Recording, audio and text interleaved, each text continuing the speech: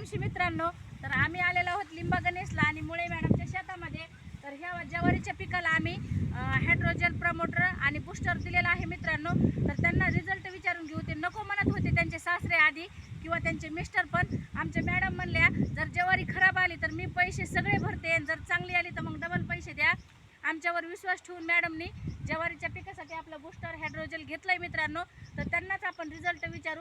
Madam, तुम्हाला काय वाटतंय, सगळ्यांना वापरायला पाहिजे का नाही सगळे प्रोडक्ट? वापरायला पाहिजे ना, खूपच छान आहे, एकदम छान रिझल्ट आहे. पूर्ण ज्वारी गेली होती, एकदम चांगली आहे. कारण इकडे पैसे जायचे त्यापेक्षा इकडे घालून तर बघा. त्यांचे सासरे पण सोबत आहेत. तर रासायनिक सोडून हे सेंद्रिय करायला पाहिजे का दादा? आपले सगळ्यांना वापरायला पाहिजे का?